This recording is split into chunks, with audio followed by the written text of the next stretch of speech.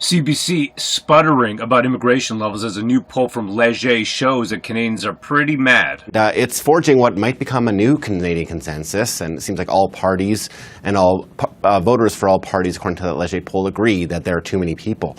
So we got a brand new Canadian consensus. One, not one where we just accept and, hey, open door policy, but one where we say, hey, you know what, our infrastructure can't support so many people. Maybe we got to put the brakes on it a little bit. I mean, if we're to believe this Leger poll, the numbers are overwhelming. People want fewer people to come and eat. For sure, it is contributing to a growth in anti-immigration sentiment in this country, which is never a good thing.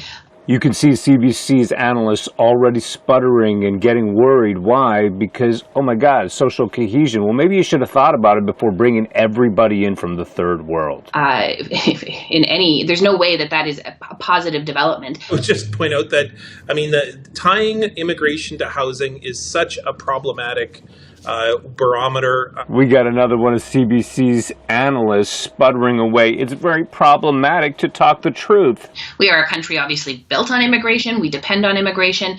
Now, we are a country of people who've come from other places, apart from the natives, the ones with the feathers, not the dots like me. But having said that, we used to have a standard of the people coming in. There was a standard. Now there's no more standard. Have you seen the asylum seeker numbers from India? All of a sudden, they're skyrocketing. I got a video on that. It's been very clear that for our economy to grow, and especially with our aging population here, immigration is critical. Is it very clear, though, as our GDP per capita has been dropping precipitously? Not to mention, why can't we make our own Canadians? Why can't we make our own babies? Why can't we have more babies of the people who are already here for generations? Why do we have to bring in others? Is it possibly because the standard of living is dropping so low that people here can't have more children? So we depend on a third world to fill our reserves? Well, that's not necessarily a great way to build social cohesion. My 2 cents.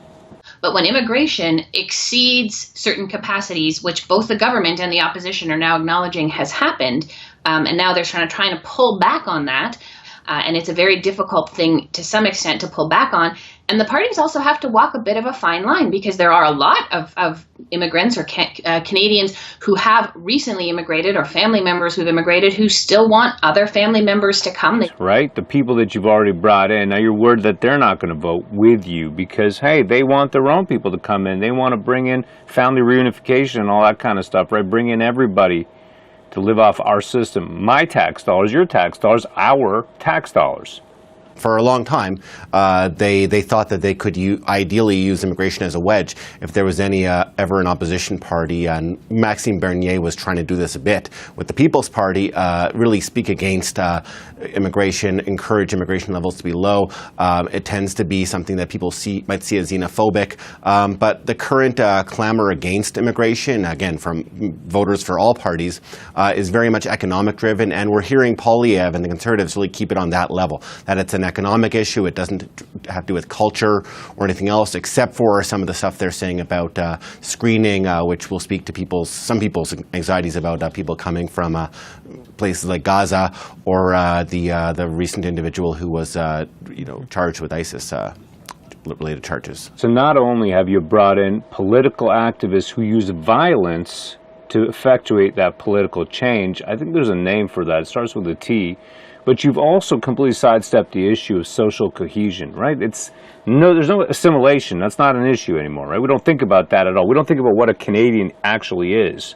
It's just about economics. Well, that's what our politicians are doing. But the people on the ground, you and me, we all know that social cohesion, that's an issue too, and nobody's addressing that currently.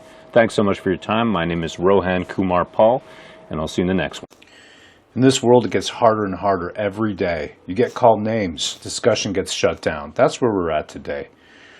I felt I got to do something, and I'm a comic book creator, so I said, you know what I'm going to do? I'm going to put together a comic book that's going to put a little bit of parody into this. It's going to make fun of all the rules. It's going to make fun of people who seek to shut down. My daughter, Galaxia, loves art. She loves illustrating, coloring, lettering. She loves comic books, especially the Japanese stuff, the manga. So I said to her, babe, let's put together a comic book. How do we hit him? Sometimes I think the best way to do that is through parody, making fun of them. Alexis, she gets kicked out of heaven, gets to Earth and realizes there's absolutely no freedom here. She gets called a racist, and she's an angel. The racist angel doesn't understand the rules. She had her wings, she doesn't anymore. Help her get them back.